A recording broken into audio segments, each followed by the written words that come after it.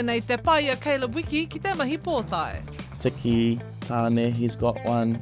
There's a stylist, semi-salsa. He does New Zealand Music Awards styling, and it was actually through him that Stan got ahead of mine.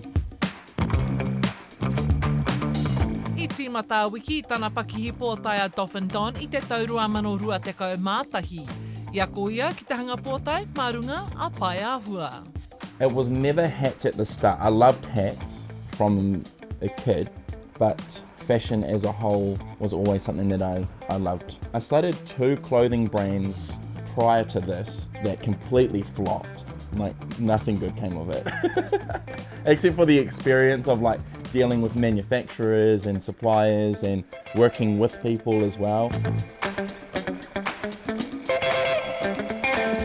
Koinei te pakihi tuatorua wiki, a koinei hoki I te mea tino angi tū. It wasn't even that long before my business started really picking up that I was just like, oh, like I'm over it. Like it's just not gaining any momentum.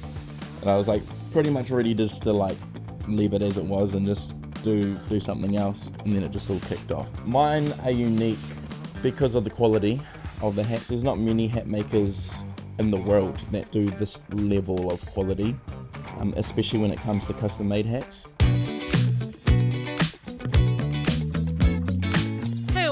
Nā tōna manawa nui, kei te whakarite ia ki te whakaatu I te whakaaturanga auaha e kia nei ko Made You Look ki Los Angeles.